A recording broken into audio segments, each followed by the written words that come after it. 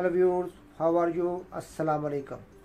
आज हम आपको बताएंगे तुर्की के वर्क परमिट के बारे में कि आप उसको कैसे हासिल कर सकते हैं।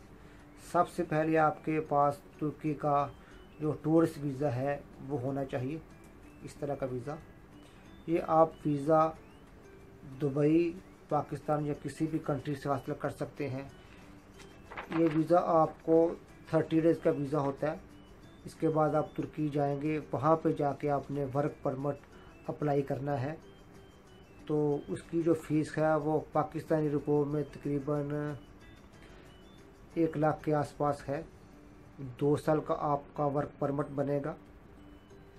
जो वर्क परमिट होगा वो इस तरह का होगा। ये 2 साल का आपका ये कार्ड बन जाएगा। फिर अगर आपके पास ये कार्ड है तो जब मर्ज़ी आप लीगल अपने अपने कंट्री में जा सकते हैं, आ सकते हैं। तो लीगल आप तुर्की जाएं वीज़ा हासिल करके, तो वहाँ से ये वर्क परमिट आपको इजीली मिल जाएगा। किसी किस्म की कोई प्रॉब्लम नहीं है।